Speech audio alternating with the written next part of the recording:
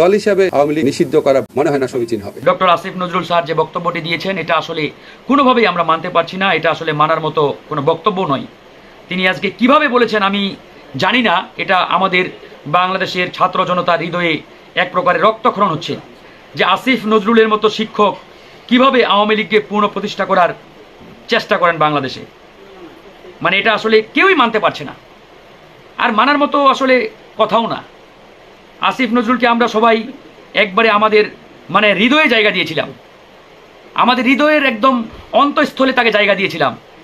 সে Asif Nazrul sir যদি আজকে বলে যে আওয়ামী লীগ একটা ঐতিহ্যবাহী দল, তাদের রাজনীতি করার অধিকার আছে, তাদেরকে রাজনীতি করতে দিতে হবে ইত্যাদি ইত্যাদি, তাহলে আমরা বলতে বাধ্য হচ্ছি যে আওয়ামী লীগের এজেন্ডা বাস্তবায়নে আসিফ নজরুল কাজ করছেন, কিংবা তিনি ভারতীয় কোনো পরিকল্পনা বাস্তবায়নে কাজ করছেন। ডক্টর আসিফ নজরুলের আজকের এই বক্তব্যকে ঘৃণা ভরে প্রত্যাখ্যান করেছি। আমরা ওনাকে প্রশ্ন রাখতে চাই যে উনি কি আওয়ামী লীগকে পূর্ণ প্রতিষ্ঠা করার দায়িত্ব নিয়েছেন কিনা। আজকে ডক্টর আসিফ নজরুল আমাদের অনেকেরই প্রিয় শ্রদ্ধাভাজন শিক্ষক, আমাদেরও ছিলেন, কিন্তু আজকে উনার এই বক্তব্যের পরে আমার অনেকেরই আমার মতো সন্দেহ হচ্ছে যে আসলে উনি আওয়ামী লীগের কোনো এজেন্ডা বাস্তবায়ন করার মিশনে নেমেছেন কিনা। এটা আমরা আমাদের প্রিয় শ্রদ্ধাভাজন শিক্ষক আসিফ নজরুল স্যারের কাছে জানতে চাই। তিনি আজকে বলেছেন যে আওয়ামী লীগ একটি ঐতিহ্যবাহী রাজনৈতিক দল এবং তাদের রাজনীতি করার অধিকার আছে, সংগঠন করার অধিকার আছে ইত্যাদি ইত্যাদি। আমি মনে করি ডক্টর আসিফ নজরুলের আজকের এই বক্তব্যের মাধ্যমে তিনি আমাদের এই ছাত্র জনতার বিপ্লবকে এক প্রকারের অস্বীকার করেছেন। আমাদের এই বিপ্লবের প্রতি তিনি এক প্রকারের অবজ্ঞা দেখিয়েছেন। হাজার হাজার মানুষ জীবন দিয়েছে এই বিপ্লবে, শত শত মানুষ শহীদ হয়েছে, রক্ত দিয়েছে।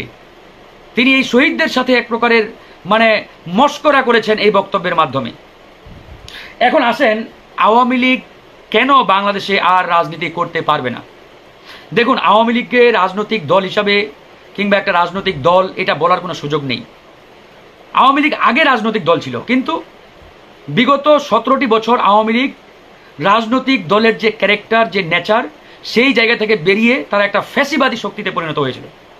এবং এই আওয়ামী লীগের হাতে বাংলাদেশের হাজার হাজার মানুষ গুম হয়েছে, শত শত মানুষ গুম হয়েছে, খুন হয়েছে, ক্রসফায়ারের শিকার হয়েছে, শত শত মা বোন জীবন হারিয়েছে, এদেশের হাজার হাজার কোটি টাকা লুট হয়েছে। এরকম একটি ফ্যাসিবাদী ফ্যাসিস্ট শক্তিকে রাজনৈতিক দল বলার কোনো সুযোগ নেই।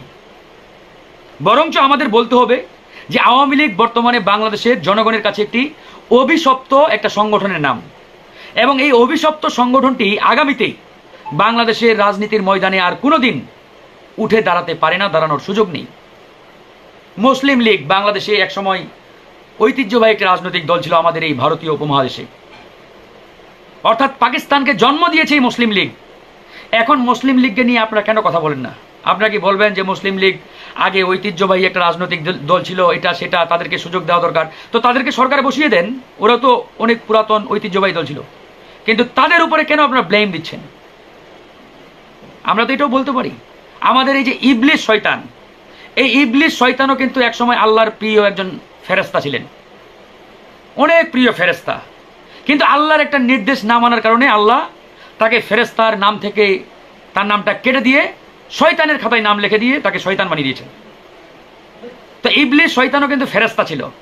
এখন আপনারা আওয়ামী লীগকে যদি ওই বলেন তারা ঐতিহ্যবাহী দল, ভালো দল, দেশের জন্য অনেক কিছু করেছেন ইত্যাদি ইত্যাদি, এগুলো স্রেফ ওই আওয়ামী লীগকে পূর্ণ প্রতিষ্ঠা করা, আবার বাংলাদেশে তাদের রাজনীতি করার সুযোগ তৈরি করা দেওয়ার একটা পায়তারা, এবং এর মাধ্যমে আমরা একটি গভীর ষড়যন্ত্র, একটি চক্রান্তের আভাস আমরা পাচ্ছি। এই একই বক্তব্যের কারণে ব্রিগেডিয়ার সাখাওয়াত সাহেবকে আমরা কিন্তু তার পদ থেকে সরিয়ে দিয়েছি। এখন আসিফ নজরুল একই বক্তব্য দিয়েছেন। আমার অত্যন্ত প্রিয়, আমার ক্লোজ, আমার একবারে কাছের একজন শিক্ষক, ঢাকা বিশ্ববিদ্যালয়ের শুরু থেকেই, ছাত্র জীবন থেকেই আমরা ওনাকে একজন গার্ডিয়ান হিসেবে পেয়েছি। সেই আসিফ নজরুল স্যার আজকে যদি আওয়ামী লীগকে পূর্ণ প্রতিষ্ঠা করার কোনো বক্তব্য দেয়, আমি ফারুক হাসান তার ছাত্র হই আর যাই হই, ঘৃণা ভরে প্রত্যাখ্যান করতে আমাদের এক বিন্দু পরিমাণ সময় লাগবে না, সে যত বড় প্রিয় শিক্ষক হোক না কেন আমাদের। কারণ এই বাংলাদেশে আওয়ামী লীগকে পূর্ণ প্রতিষ্ঠা করার যে বা যারাই চেষ্টা করুক, ছাত্র জনতা তাদেরকে কখনোই মেনে নেবে না, গ্রহণ করবে না। এই কথাগুলো বলছি বন্ধুগণ, আজকে আমাদের সবার প্রিয়, অনেকের প্রিয় আস্থাভাজন ডক্টর আসিফ নজরুল স্যার যে বক্তব্যটি দিয়েছেন, এটা আসলে কোনোভাবেই আমরা মানতে পারছি না। এটা আসলে মানার মতো কোনো বক্তব্য নয়। তিনি আজকে কিভাবে বলেছেন আমি জানি না। এটা আমাদের বাংলাদেশের ছাত্র জনতার হৃদয়ে এক প্রকারের রক্তক্ষরণ হচ্ছে যে আসিফ নজরুলের মতো শিক্ষক কিভাবে আওয়ামী লীগকে পুনঃ প্রতিষ্ঠা করার চেষ্টা করেন বাংলাদেশে। মানে এটা আসলে কেউই মানতে পারছে না, আর মানার মতো আসলে কথাও না। আসিফ নজরুলকে আমরা সবাই একবারে আমাদের মানে হৃদয়ে জায়গা দিয়েছিলাম, আমাদের হৃদয়ের একদম অন্তঃস্থলে তাকে জায়গা দিয়েছিলাম। সে আসিফ নজরুল স্যার যদি আজকে বলে যে আওয়ামী লীগ একটা ঐতিহ্যবাহী দল, তাদের রাজনীতি করার অধিকার আছে, তাদেরকে রাজনীতি করতে দিতে হবে ইত্যাদি ইত্যাদি, তাহলে আমরা বলতে বাধ্য হচ্ছি যে আওয়ামী লীগের এজেন্ডা বাস্তবায়নে আসিফ নজরুল কাজ করছেন, কিংবা তিনি ভারতীয় কোনো পরিকল্পনা বাস্তবায়নে কাজ করছেন। ভাই, আমার কথা আপনাদের অনেকের খারাপ লাগতে পারে, কষ্ট লাগতে পারে, কিন্তু আজকে আসিফ নজরুল স্যারের এই বক্তব্যের পরে আপনারা কি কেউ খুশি, স্যাটিসফাইড, সন্তুষ্ট? বলেন। আমি আপনাদেরকে প্রশ্ন রাখতে চাই, আপনাদের উদ্দেশ্যে প্রশ্ন রাখতে চাই, আসিফ নজরুল স্যার আজকে যে বক্তব্যটি রেখেছেন আপনারা খুশি কিনা? এবং তিনি এটাও বলেছেন যে তিনি কোনো রাজনৈতিক দলকে নিষিদ্ধের পক্ষে না। হ্যাঁ, ওনার এই বক্তব্যকে আমি সমর্থন জানাই, স্যালুট জানাই। আসলেই কোনো রাজনৈতিক দলকে নিষিদ্ধ করার পক্ষে আমরাও না। তবে এখানে সবচাইতে বড় প্রশ্ন যেটি, সবচাইতে বড় কোয়েশ্চেন যেটি, সেটি আমাদের বুঝতে হবে যে আওয়ামী লীগ এই মুহূর্তে কোনো রাজনৈতিক দল কিনা, এটা আপনাকে আগে বুঝতে হবে। যদি আপনি মনে করে থাকেন যে আওয়ামী লীগ আসলেই রাজনৈতিক দল, তাহলে সুযোগ দেন। কিন্তু আমরা বলি আওয়ামী লীগ এই মুহূর্তে কোনো রাজনৈতিক দল নয়, কারণ একটা রাজনৈতিক দলের যে ক্যারেক্টার, যে বৈশিষ্ট্য থাকা দরকার, আওয়ামী লীগ তার প্রত্যেকটা বৈশিষ্ট্য হারিয়েছে, প্রত্যেকটা চরিত্র হারিয়েছে। সেই জায়গা থেকে আওয়ামী লীগকে রাজনৈতিক দল বলার কোনো সুযোগ নেই। আমি এখন কুমিল্লায় অবস্থান করছি, কুমিল্লার মনোহরগঞ্জে। এটা হচ্ছে সাবেক স্থানীয় সরকার মন্ত্রী তাজুল ইসলামের এলাকা। তো আজকেও শুনলাম আমাদের সহযোদ্ধারা বলছেন এখানে তাজুল ইসলামের সাঙ্গপাঙ্গরা এখনও নাকি তাণ্ডব চালাচ্ছে, তারা মেরে খাচ্ছে ত্রাণ, তারপরে এখানে মানে জনগণের উপরে নির্যাতন চালাচ্ছে। দেখেন, বাংলাদেশ আমরা স্বাধীন করেছি, কিন্তু কিছু কিছু জায়গা এখনো স্বাধীন হয় নাই। তার মানে এখান থেকে এটাই প্রমাণিত হচ্ছে যে আওয়ামী লীগের সন্ত্রাসীরা দেশের আনাচে কানাচে এখনো ঘাপটি মেরে বসে আছে। এখন আসিফ নজরুলের মতো দায়িত্বশীল ব্যক্তিরা যদি এই ধরনের বক্তব্য দেয়, তাহলে ওই আওয়ামী লীগের ঘাপটি মেরে বসে থাকা সন্ত্রাসীরা আরো সাহস পাবে, উৎসাহ পাবে। আজকে আওয়ামী লীগের অনেকেই আসিফ নজরুলের এই বক্তব্যটি পোস্ট দিচ্ছেন, প্রকাশ্যে সমর্থন দিচ্ছেন, আসিফ নজরুলকে স্যালুট জানাচ্ছেন আওয়ামী লীগের নেতারা, যে না উনি ঠিকই বলেছেন। তার মানে বুঝেন যে আওয়ামী লীগ কতটা সুবিধা নিচ্ছে ওনার এই বক্তব্য থেকে। এই জন্য আমরা বলেছি আপনি আমাদের প্রিয় শিক্ষকের খাতায় থাকেন, তালিকায় থাকেন, হোয়াট এভার, কিন্তু আপনি যদি জনগণের, ছাত্র জনতার মনের বাইরে গিয়ে, সিদ্ধান্তের বাইরে গিয়ে, চাওয়া পাওয়ার বাইরে গিয়ে কোনো সিদ্ধান্ত নিয়ে থাকেন, কথা বলে থাকেন, এদেশের ছাত্র জনতা কিন্তু এটা কোনোভাবেই মেনে নেবে না, গ্রহণ করবে না। আপনাদেরকে ক্ষমতায় বসিয়েছি আমরা, আমাদের বিপ্লবের মাধ্যমে এই সরকার প্রতিষ্ঠিত হয়েছে। সুতরাং আপনাদেরকে সেই দায়িত্বশীল আচরণ করতে হবে, কথা বলতে হবে, মনে রাখতে হবে ছাত্র জনতার ডিমান্ড কি, তারা কি চায়।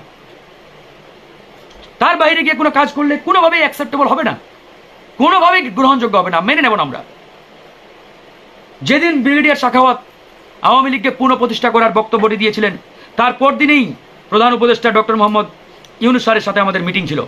আমরা স্পষ্ট ডক্টর মোহাম্মদ ইউনূস স্যারকে বলেছি যে আপনি যদি উনাকে আগামী কালকের মধ্যে দায়িত্ব থেকে না সরিয়ে দেন, তাহলে ছাত্র জনতা কিন্তু রাজপথে নামবে উনার বিরুদ্ধে।